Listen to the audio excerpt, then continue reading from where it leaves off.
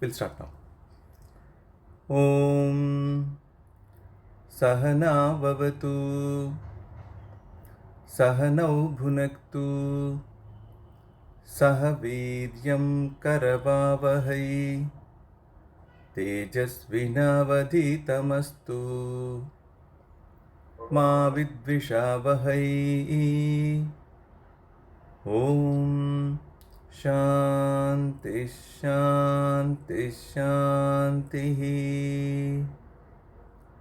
Sadashiva Samarambham Shankaracharya Madhyamam Asmadacharya Paryantam Vande Guru Paramparam.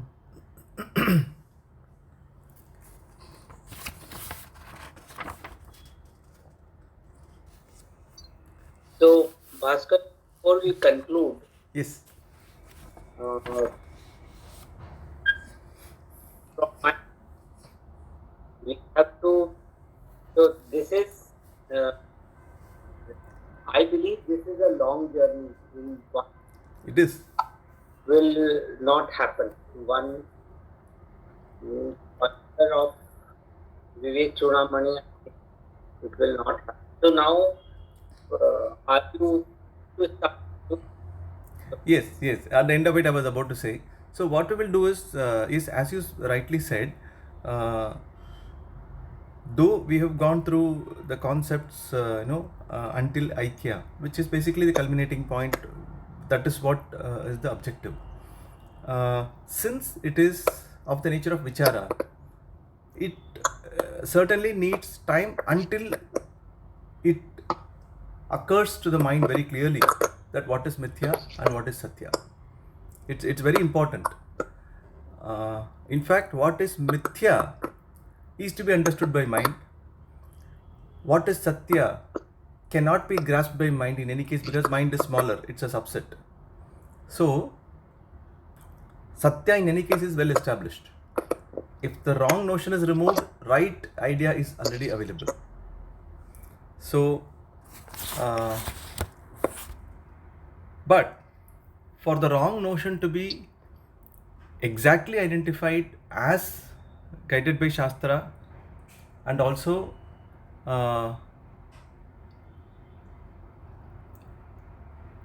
as exactly the same as what truth is or what anitya is not. For that to happen, certainly there are many wrong notions, sets of wrong notions that those are to be removed, and that is what Shastra attempts. But it is possible that, supposing we have 100 quantity of wrong notions, I'm just taking as an example. If by coming across many concepts revealed by one work, for example Vivekachudhamani or any particular Upanishad, by going through one of these works, if we are able to get rid of 50 of them, we are already in progress. It's possible that that work would have attempted to get that person to the level of 0.100, removing all these wrong notions. It would have attempted. But the pattern could have been that it would have first killed 0.1 and it might have jumped to 0.3 thinking 0.2 is already addressed, and from 0.3 it might have gone to 0.27 thinking some of this is already got a link, and then those are already addressed. So the pattern is that each of them would kill some of these wrong notions, and each mind being different, each mind having its own different strength, we cannot assume that when we say step 1 and 2, automatically mind might apply step 4 and 5 exactly and go to step 5 and be prepared for that thing to be revealed. It's not very easy to say in the case of variety of minds that is available. It's not easy to say.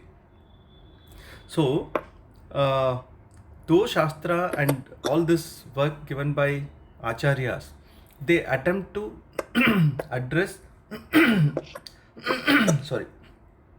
address these wrong notions at a granular level as much as possible to the extent of 100%. Still, there could be limitation. It's quite possible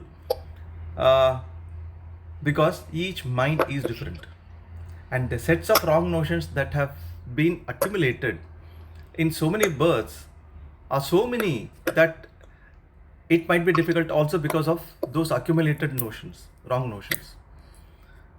So after finishing one work, it's possible we have gone through 50% of the wrong notions we have clarified, and it is possible that some other work might be addressing the balance of them. So when one gets into this path of Vedanta and goes through one work, a lot of the wrong conclusions they would have already removed. That's where vichara is very important. One has to still keep introspecting as to where either a doubt is there or an ambiguity is there. So that one has to keep on having a dialogue with oneself. That is very, very important. What is that we are not understanding? If the culmination vakya is aham brahmasmi, so if Shastra is also mentioned that what is this aham part, what is this brahma part, brahman part, and it has already spoken about the world part as well. If these are already very clearly understood, it should be already very clear that yes, aham brahmasmi, I have no more questions to ask. It's very clear now. I started with the notion that I am small, world is large, and world at times gives pleasure, many a times also gives pain. So this was the disposition. From that disposition, Shastra has taken a person through this journey where it is trying to first poke a hole in the understanding of what world is. It makes the listener, the seeker, understand that the world from which he was saying that he was getting pain as well as pleasure, that world itself in a way does not exist. And for Shastra, existence means Sat. Sat is that which always exists without undergoing a change. This is what existence is all about from the angle of Shastra. It does not regard anything else as existence.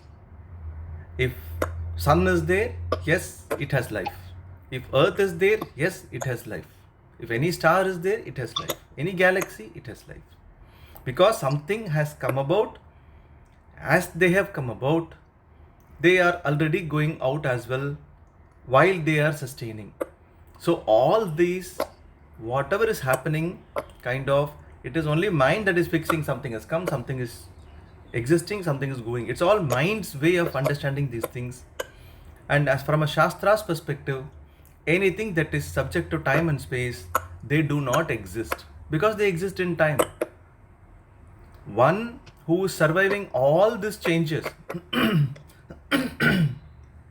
is not going to really bother about any of this. For example, from childhood till now, we have eaten as many Mysore Paks as possible. Mysore Paks, they have come and gone, come gone in our body. So do we ever say that, Mysore Pak is a great world? Yeah, for those who have the taste buds, always on, yes, that Anitya Vastu still becomes a Nitya Vastu, that's a different thing. Every Diwali we will again go for Mysore Pak, or every time we go to Chennai or what, we may pick up a Mysore Pak. But it's very clear that for a person, is he going to take it as an ultimate reality? No. So he has been seeing that every time Mysore Pak comes, he is the one who is following it. He becomes the Ishvara for that Mysore Pak. The moment he sees, he responds it. So that's the experience. So if that is the experience in our own, way,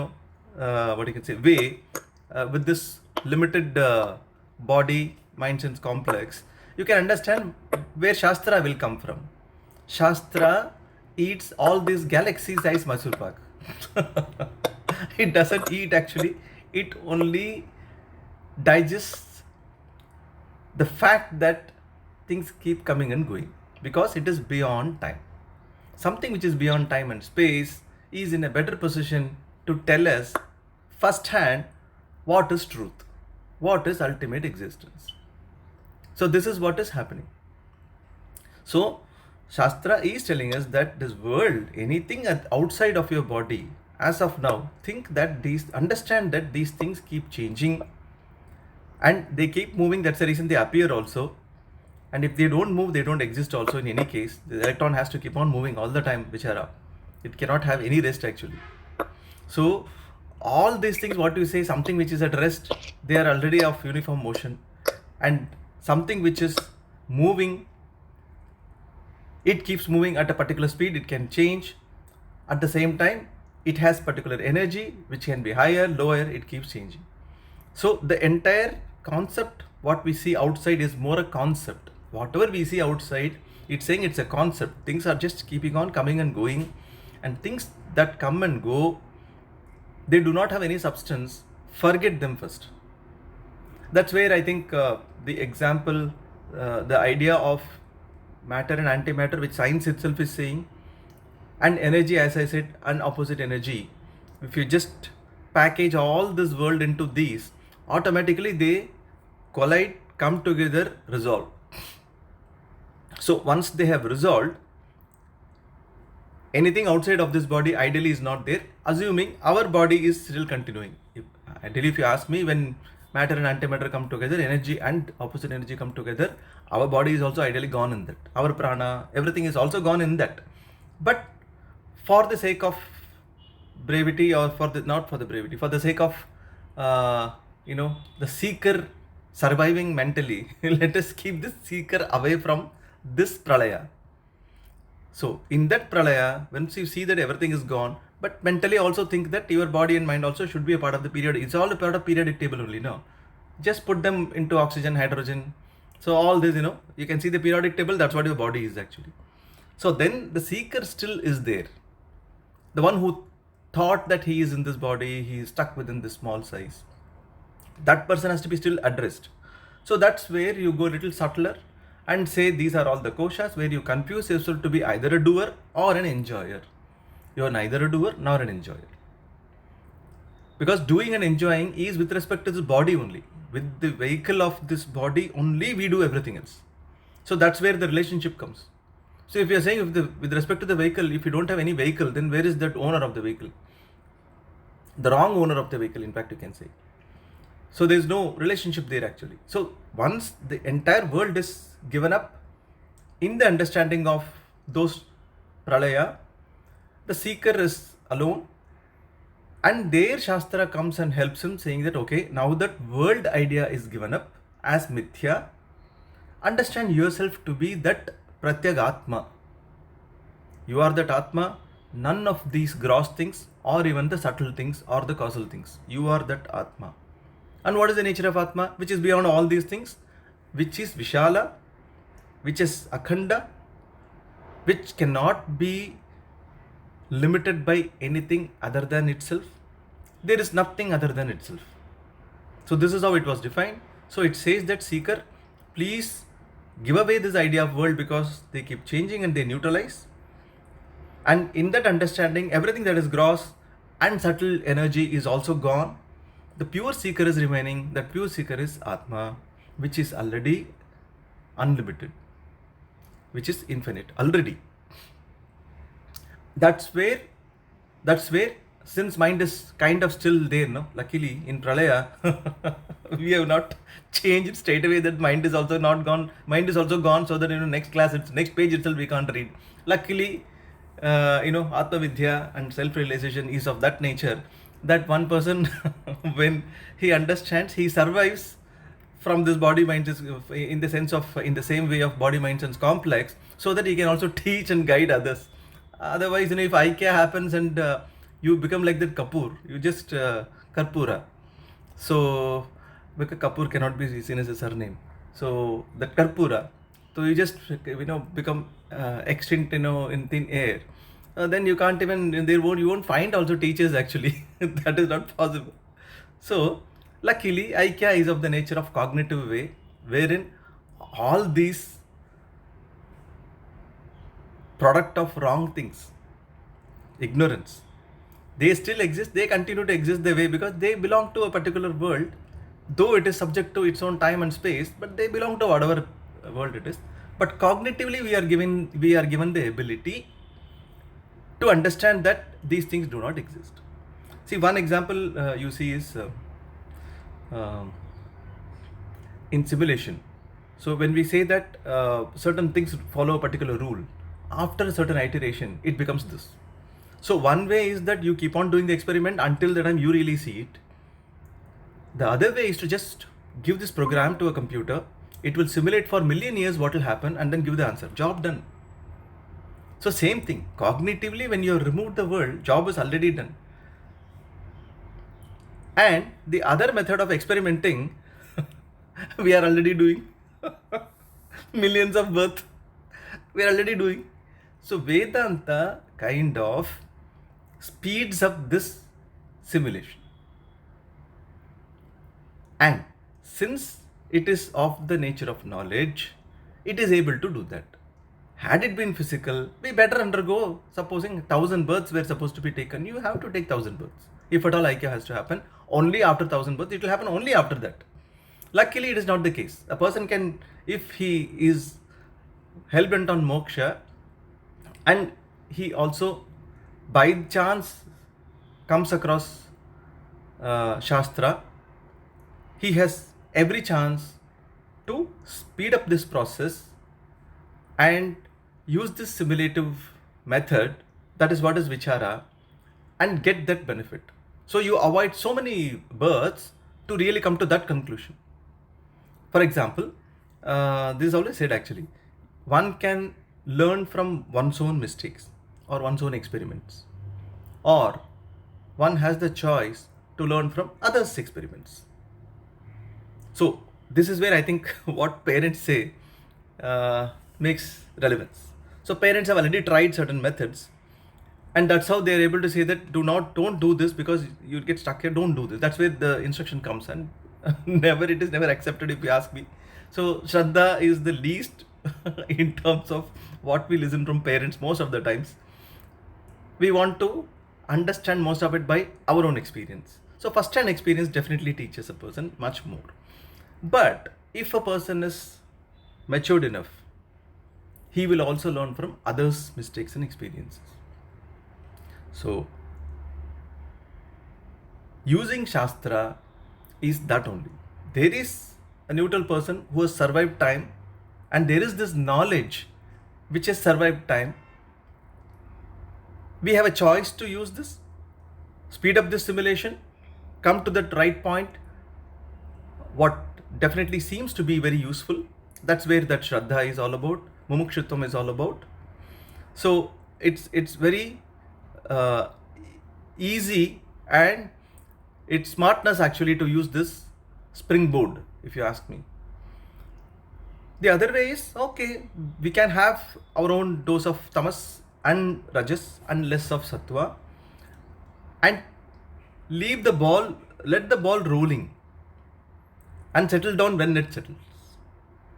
So both approaches are okay, because we are finally in the hands of the Lord only now. Finally things have to happen. That's a different thing altogether. It will roll as much as possible, as long as that slope is available. Somewhere where there is a hand holding, it will stop. So it's all about how quickly we want that state. And having attained that state, as I said, we don't get annihilated. Unlike the scorpion, where once it gives a birth to offspring, it goes off. So it doesn't work that way. This is a cognitive change. So coming back to the point what I was saying, Shastra pointed out that world doesn't exist. It was saying it is subject to space and time. Anything subject to space and time is not in that syllabus at all. Actually, it's saying just forget that. And it says, look more deeper, you are that Atma which is everything. That's where the seeker has this question. Okay, earlier we parked Mr. Brahman, or not Mr. Brahman, because he has got no guna, Brahman, as one person who is Jagat Karana. We had parked that earlier, because that was Viveka, Nityavasti Vivekam, Brahman, Tad Vyatiriktam Sarvam Anityam. So now, when Shastra is saying that I am everything, then who is this Brahman? That was the question asked. Because we said that he is the cause of everything. That's where Shastra comes and says, Tat Tvamasi, you are only that. So the basic idea here was in this Triputi, ultimate cause, world and the seeker. So world was thrown out in time space model, Anitya model and Mithya model, and self was shown as the pure self as Atma, and the difference between Atma and Brahman was erased in the statement Tattvamasi. That's all. So this was equated to that. So this was the process followed. In this technique, in any of those places where if we are still to get convinced that world does not exist, that can be a problem. That can be an impediment in that ultimate Aikya occurring. So that is first problem. Second problem, if we do not understand ourselves as Atma as Chit. So what is the definition of Atma given in Tattva Bodha? Stula Sukshma Karana Sharirad Vyatirikta Panchakosha Atita San Avasthatraya Sakshi Satchidananda Swarupaha Sanyastishtati Sa Atma. So which is beyond all this Sariratraya, Dehatraya and Kalatraya, Gunatraya, and all beyond this Panchakosha, and that which is of the nature of Sat, Chit, Ananda. So you can, Sat is that which exists, and Ananda is said from mind's perspective that is what is Swarupa Ananda. Chit is the basic thing which is very, very important. It is sandwiched in this actually. Why Chit is important? Chit is Brahman, Chit is Atman, Chit is oneself. That's where the person as a person is obtained as a person. The only difference is this person has no boundary. Normally mind understands everything that has a boundary. Even if I have a small bag, but I want to have a small bag because I want to identify that this is my bag and in this only everything is available. That's how mind works actually. Supposing we say, no, take a huge bag in which everyone can keep their thing also. No, I want to identify my bag very clearly. So my bag has to be separate. So this baggage only we are carrying all the time. We don't want a common bag. We want my bag only. So that's how mind works actually. So from there, what one has to understand about Atma, the person is Atma, the seeker is Atma. He is none of these Panchakosha which keeps changing, which is a part of Anitya world, which was already given up in the understanding of space and time. So if there is a lack of understanding in this identification of the seeker, which is Aham, with Chit, we are just the Chit. In this understanding, if there is a small gap, any micron gap, any gap for that matter, that also can be an impediment in the pursuit. After this, in fact, these two, if they are understood, I think going back to Brahman, to equate that Brahman is this only is not a problem at all. The problem is where we do not understand ourselves to be that Chit. That's where the real problem is. If that is done, every job is done. Everything is done. So if a person has such an adhikaratva because of whatever things he would have learnt in previous birth or this birth or whatever, if he has to be only told that, hey, please explain when you say you are so and so, which part of your so and so you own, can you say exactly who you are, what you take yourself to be. So then one has to start saying that whatever you see me is me only. Okay. then this person will say, can you bring your other half of you, which you already shed out somewhere? So you will ask, what do you mean? Are you crazy? You say, no. You say, whatever you are this only. But the same thing you had already shed out somewhere actually before. You will say, what is that? You say, you had got your haircut done in all these 40 years. You cut your nails so many times. And your body cells, whatever you take yourself to be, they've been shedding all the time. They came, went. Now you are telling me at this point, this is what it is. But then If you are identifying with your body, come to me with your whole body now. Whatever you were and from the time you were born. And let us talk after that. So that opens up thinking a little bit, saying, okay, I understand that some of my body parts, which basically I take myself to be, have been already thrown out, including maybe, for example, I have a context to say this, gallbladder stones and then removal of gallbladder itself. So, if gallbladder is already removed, this person is already minus gallbladder. So, then what way he is saying is this body? 50% of his body he had already thrown out to the world, and that has become the food to many other organisms, or they have disintegrated into elements on earth. Calcium has gone to calcium, whatever has gone to whatever, phosphorus, whatever. They've gone to the entire, respective periodic table by degenerating. So am I going to bring that earth also along with me, saying this is my baggage and I was this also? No, I can't do that. So then it occurs, okay, whatever is this body, it is a temporary thing. I keep sustaining this system as a system by feeding things from outside, that is Annamaya. So as we go one layer by layer, we understand that this entire thing, what I am thinking, is completely dependent on an external thing, which itself is undergoing a change. So that's where I think the concept has to be very clearly digested, that if I am able to see something changing, definitely I am different from that thing which is keeping on changing. So this is where that pause has to come. That's one level of maturity. And when you pick up the thread and try to identify that which is sthira and those which are not asthira, which are not sthira, which are asthira, then that's one window of analysis to obtain oneself, to get the right clarity about oneself. That's where Shastra was saying, in Sushupti, where the entire mind is resolved, gross world is gone.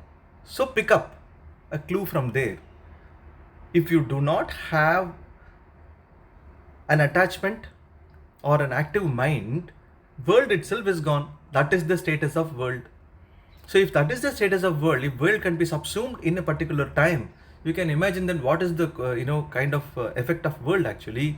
So it says that please understand that you were a witness even to that situation where world did not exist.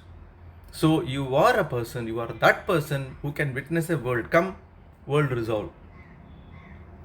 So if that is your status, please give up the small notion of yourself. Claim your right identity. So this is where it was trying to help us out to understand, okay, who am I? So that part, once we understand as Chit, automatically Ananda is a kind of a byproduct. Sat is more to say that which survives time and space. So the Satchitananda is a word which has to be understood this way very nicely. So the moment this job is done, Aham Brahmasmi is understood, Aikya is done. So these are the only three, in fact 2 steps to understand what world is, and it is Anitya.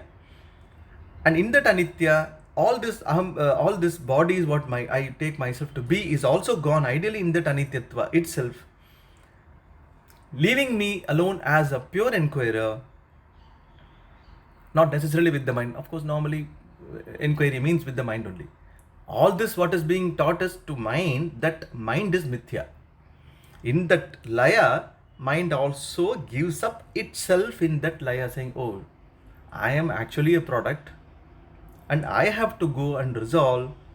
Brahman, whose power I am already using, is intact. So let us let this inquirer be free without any doubts and problems. Let us understand this Anityatva. I am Anitya. I have to just resolve myself cognitively into this world, in this laya, leaving behind that pure inquirer. So the confusing guy goes off, resolves, that's where job is done.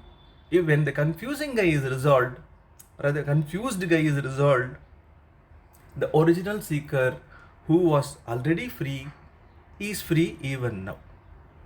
So all that what is happening is the person, the mind which had the wrong notion is resolved, is completely clear now, without any wrong notions, that's where it gets neutralized in this entire Jagat and Anitya side of it. That's what happens. Brahman is already free, it has been always free. That's all. This entire class, entire knowledge is for that mind which is posing, it's like an imposter, no? It is posing that I am everything. That's where the Kartrutvam, Bhoktrutvam, no? With that consciousness is somewhere confused. That consciousness which can never be touched up by anything, mind has the ability to use it and misrepresent. It has the ability. This is where the problem comes. That's where, the hodgepodge thing happens, and the hodgepodge, whatever status is getting disentangled. That is what is happening actually. So in these two areas, where we have to understand that anityatva of this world and our pure self as Chit. In this process, if this is not happened and some doubt is still there, Aikya definitely will not happen. Because knowledge being what it is, until it is of that level, we cannot lie to it. Because dharma is dharma. It will work. For example, if water has to only, in an ambient pressure, if water has to only become vapor at 100 degrees centigrade, no one can lie to it actually. It will become a vapor only when the temperature reaches 100 degrees centigrade. Same thing. If knowledge is there, only when even a micron of doubt is not there, that is how it behaves. So, after going through Vivekachudhamani, supposing some of these points have not been very clear to us, obviously we will not be convinced. When we don't have that conviction, Aikya will not happen. For example, like we used to have this, we have this sticker. So we want to put it on a book. And glue is very nice, and then you want to put it. But then in between, you put some other dirt or whatever it is, no? Then obviously it will prevent that, bondage from happening. So, between us and ourselves, we are basically reaching from us to ourselves. That's what is happening. If there is a gap, that gap is ignorance only. Ignorance quantity can be, 100, it can be 0.1. But whatever be its size, it still works. It will not allow us to have the Aikya happening. Due to that, definitely one has to be in this path. Okay, so the technique is to again read the same thing, because when you read the same thing the second time, it will perhaps give you much more insight, because you are starting from a different level now. So that definitely will help, there is no doubt about it. And if one wants to also have a change to go to another model, there are almost 10 Upanishads which are available, for which Shankaracharya himself has written Bhashya. So they can pursue any of this in any class for that matter. The one who teach Advaita Vedanta, that is very important. Advaita Vedanta is the one where it says Aham Brahmasmi, I am that ultimate. So that is the purport of Vedas. So it is better not to settle down to anything else. No point in getting to Dvaita after having done Advaita so much actually. It is better to proceed in Advaita line and finish that line of Aikya. So that's the best thing to do. So to answer Manishji's question, it was a long answer, but yes, the question was quite strong actually. It was a very basic question, so I thought I should give this elaborate answer. So yes, be in this path, continue to be in this path after completing this also. Either read this, Swamiji's words are all blessing actually. If you read that also, ideally second time you may get much more insights than the first time. The other way is pick up any other Upanishad. So maybe at the end of it, I'll be giving some options. Then I also want some suggestions from others as to how we can proceed in this. Okay. With this brief explanation, so-called brief explanation, I will proceed to this today's session, where we will start from 101th verse actually. So today we are going to complete all this 108. So I'll be very quick in reading them, because here you do not have anything to inquire a lot and discuss a lot. So what I'll do is, in one go, I'll go from 101 to 108. Then we will open our channel for discussions. Manichi, I hope it answered your question, your point. Yeah? Okay. Fine. So we'll go to verse 101. Vedanta Siddhanta Niruktiresha Brahmaiva Jivam Sakalam Jagatcha Akhandarupa Sthitireva Mokshaha Brahmadvitiye Shutayah Pramanam. Brahmadvitiye, that Advitiya, one has to remember very well. The Jiva, as well as the entire world, are Brahman alone. Liberation is only the staying in the knowledge of the partless nature of Brahman. Thus, in brief, is the conclusion of Vedanta. So, Brahman is just one thing only, which is oneself. All the Shrutis are Pramana, means of knowledge, with reference to the non-dual Brahman. So, Shruti is that which is able to guide us. So, now we have to understand then what is Shruti. Is that separate from Brahman? No. Brahman plus this Maya. I think in the model, Maya is very important actually. Maya, Brahman plus Maya is Jagat. So that Maya part is that which is responsible for that Jagat to come about. That is why the Shakti is called Jagat Janani. That's why. So it's very important to understand that part. Maya has this power of Trigunatmika, Triguna. That's how world comes about. And it has the power to give that antidote also to come out of it. So when, as I said, when something comes about, they come as A and minus A. They always come as balanced thing. So when ignorance happens, the antidote to ignorance also exists. Ignorance happens, world is there. Antidote to ignorance also happens at the same time, Shastra is there. That's why Maya is as much the world, as much as Maya is also Shastra. This is how Shastra comes. That is why it is more like a Swayambhu. It is not created by anyone saying this is how it is. Now let us write Shastra. No one has written Shastra. It just comes. That's how it works. So one has to remember that Brahman is oneself and it is non-dual. It is just one whole, partless. So that's what is mentioned here. And after understanding, after the Aikya, now the student is free of all those doubts what he had. He is kind of liberated. So he is expressing his reverence to Guru in this next verse 102. In fact, these are two lines which this in the subsequent one, Swarajya Samrajya, I think it comes. These two verses I always chant whenever I see a sannyasi. Our gurus, Swami Dayananda Saraswati, when I met, I used to say this. Swami Paramarthananda ji, whenever I meet him, I say this. Maybe some Shankaracharyas, any guru whosoever is in this Vedanta teaching. So I always say this actually. So this is where student is expressing his kritagnyata, saying that, thank you so much for the knowledge that is given. I got liberated because of the knowledge that you have provided. So that's what these next two lines will mean. Dhanyoham kritakrityoham vimuktoham bhavagrahat nityananda swarupoham purnoham tvadanugrahat. So, having understood all this, the Shishya says, I am indeed blessed. I am the one for whom what is to be accomplished is already accomplished.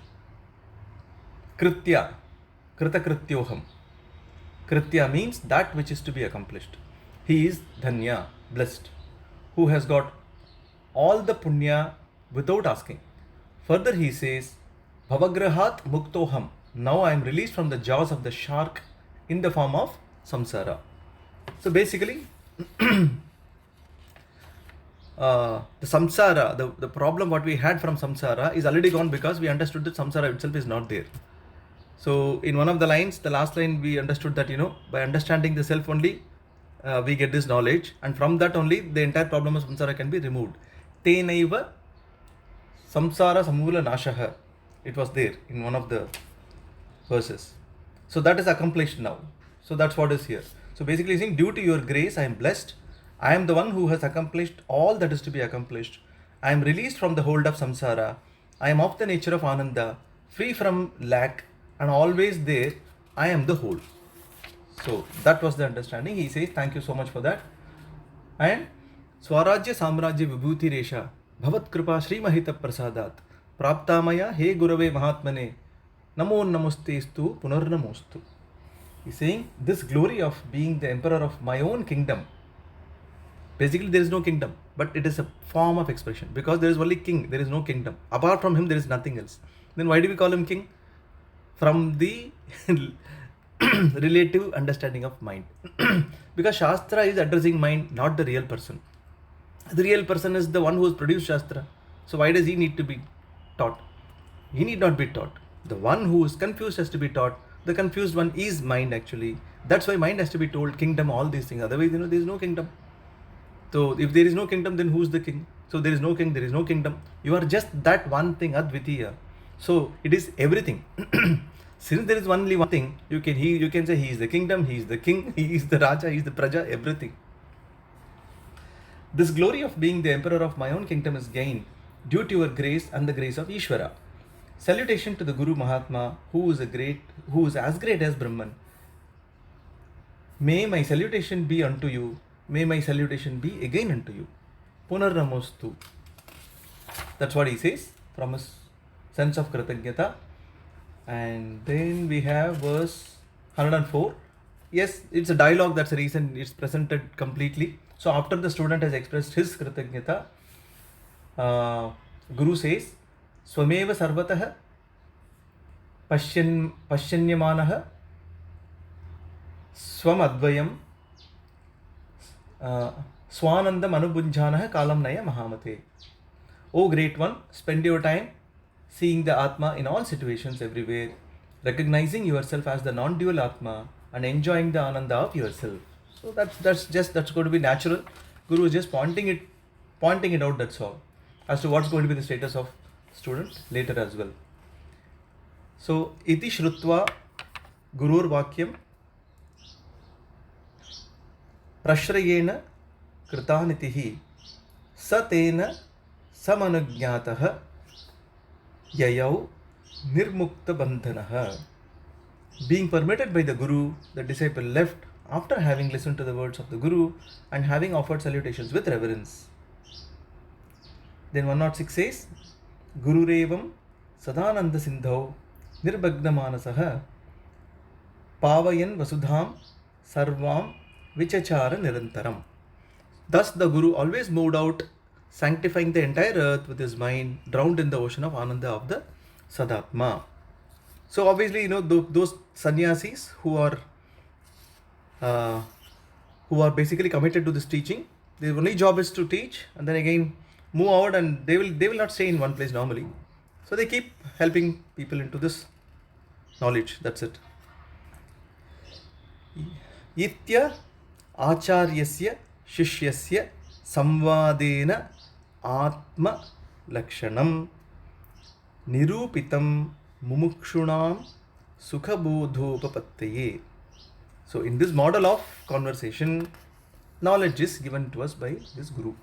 Now that the Guru Sishya Samvada is over, the Shastra sums up here, saying that the knowledge is unfolded for the easy understanding on the part of the mumukshus who have ascertained that moksha is the only Purushartha. This is where the Adhikaratva comes. The Shastra has revealed the knowledge with the help of reason so that one can easily assimilate the knowledge. Now we come to the last verse. Samsara dhvani tapa bhanu kirana prod bhuta dahavyatha. Such a complex word. Khinnanam jalakankshya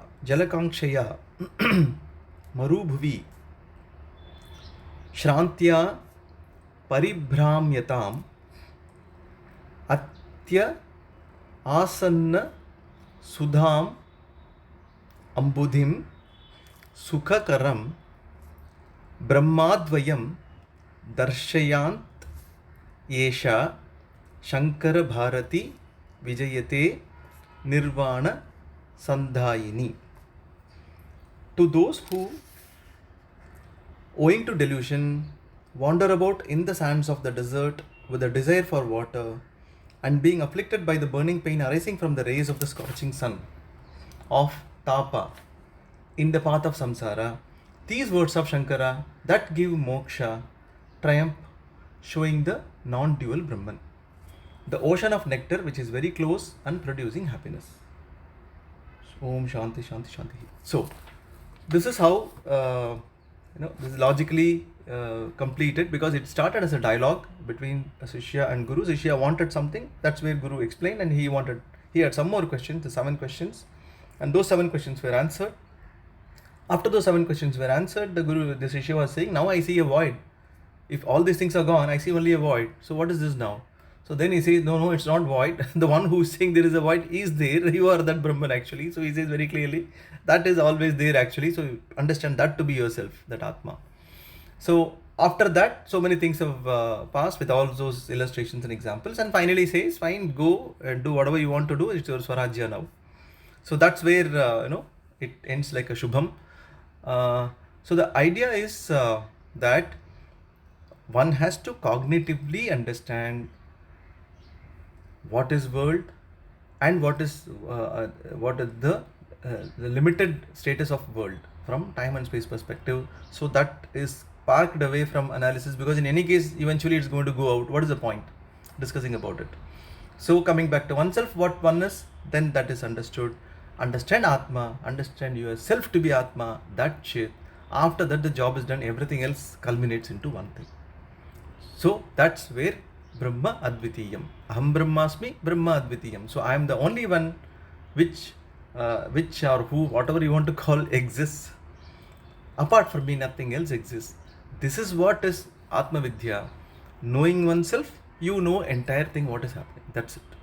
When you know yourself, who you are, you have known everything. You have known totality. This is what Atma Vidya is all about. And I'm happy that we are concluding this almost in a year probably now, nicely. Thanks to the Gurus, and thank the Lord as well, that this could continue. And I think all of you also should thank the Lord that you had Shraddha all through. And I'm sure if someone has already accomplished, job is done. And if someone has to yet to reach that Aikya, little bit more steps to be followed, that's it. But there is no choice of not being in this pursuit. In case moksha is still the pursuit, there is no choice of not doing vichara. Vichara has to continue. If not this, another Upanishad, maybe another work. So this has to continue. So now I open up for discussion, and then we will see what we want to do next.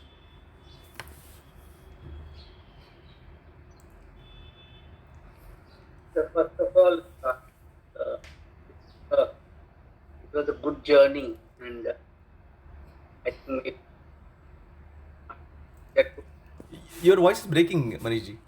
So I was saying it was a journey, I think, and it's a long journey. Just I see it as just a start. I see it, to see it from who have been into this pursuit almost 30 years. So it's just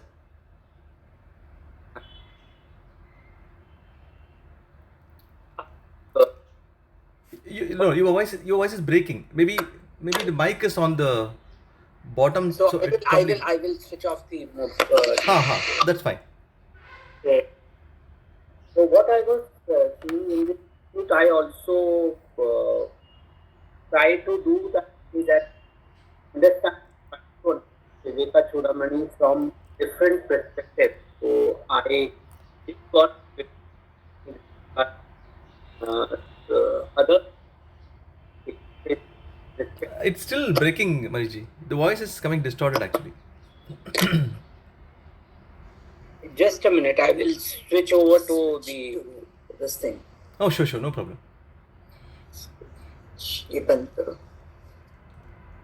Normally this happens actually, when someone asks, is my voice better now? That time it's better. After that, when they go back to the subject, it goes back to the same thing.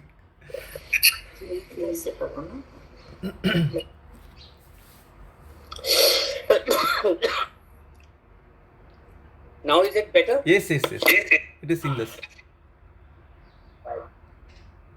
So I try to read the Vivekachudhamani written by others as well. Relate whatever possible, but I think it's still a lot needs to be done. The one book which is the book which you have given me to read, and then I thought as well, it wasn't so good. Okay, I could hazily listen actually. The last line. So I was saying that I the other book which helped me in Okay, understanding was okay, the book. okay. Good, good, nice. You can always supplement, this reading. You can always supplement by with other things as well. Finally, the idea is that the concepts have to sink in, and each one will have a different model in which they will understand even better. So it is just that you have to keep exploring, and then finally you will strike upon the appropriate one for yourself. But then I think this happens only when you start exploring. Yes, that's a point. And similarly, no, if you read other Upanishads, uh, Ishavasya Upanishad, whether Chandogya Upanishad, they are all Chandogya Upanishad is a very big one. Brihadaranyaka is also a very big one. Kena Upanishad is a little smaller one. That's a nice one as well. So that also one can read. So the point is, we need to to read those where people have explained that well, because we are finally dependent on the explanation given by acharyas. So wherever it is available in the right language, which one can understand better, one has to resort to that. The only thing is, sometimes the books contain most of the things that will clarify the doubts as well, but sometimes one has to probably find a person to clarify things when they are in doubt. So I think that becomes like a kind of inevitable thing. One has to reach out to someone, wherever doubts are there. One has to reach out, whosoever they may reach out. They have to reach out to a known person to clarify the doubts actually, because doubts are the real problem in this pursuit, and removing the doubts only is the only pursuit in this actually. So one has to reach out.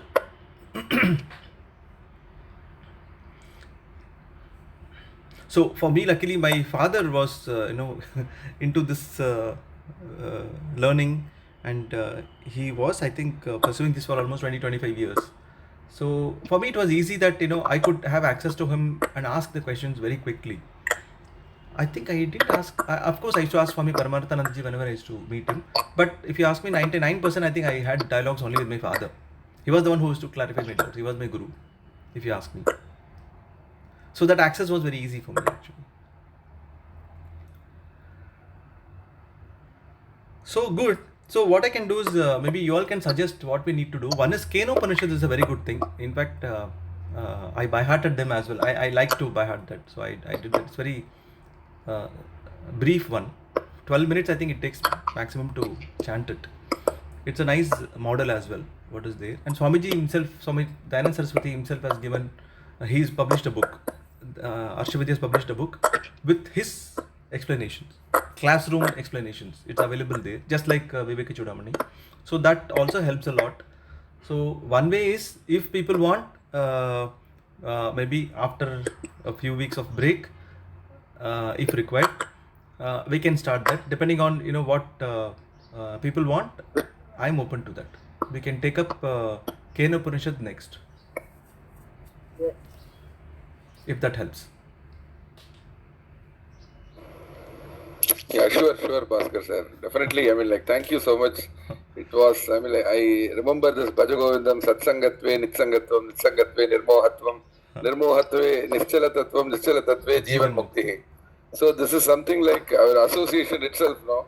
It is definitely, I mean, like, enriching, and this whole journey of so many weeks of Vivekachudhamani definitely has brought in a lot of change in the way I'm thinking. And definitely, as I said also before, like, I'm looking forward to having be more self-aware and then put it in practical this thing, and really, I mean, like, become a better human. I mean, like, I would say, definitely, I mean, like, I'm looking forward for a lot more Upanishads to be, I mean, like, we want to hear it from you, definitely, and you are a great, I mean, like, inspiration for me, and I mean, like, looking forward to learn a lot more and become a better human. Thanks, Bhaskar sir, for all your, I mean, like, thank you so much. Thanks. Everyone. Thanks. All the questions I've been hearing in this also definitely enriched me and shaped me. I mean, like, so it is overall a good family, I would say. Thank you so much. Thank you. Thanks, Kaushik. Sir, unfortunately today I'm traveling, so I was having an intermittent network. Okay. But I really want to thank you for all the things you have taken, and definitely it will bring, I think it's bringing a change in me, because now we could think from a broader perspective. And till I remember the first, second class where you said the three things is very important. First is to get a human birth. Second thing is curiosity to get a moksha. And the third thing is to get a good guru to guide you. I think all are very fortunate to like you, who can portray and who is not who is take his karma and it's an extreme extreme side, and in the spiritual side also it's in the extreme side. So this is really great, and I'm lucky to have a guru. So thanks a lot. Yeah, it's God's grace. Yeah. Be part of that like next session when you are producing, then please include me, because I will be learning something new as a personal as well. Yeah. So Certainly. thank you. Certainly. Thanks, Ashish. It's all due to God's grace.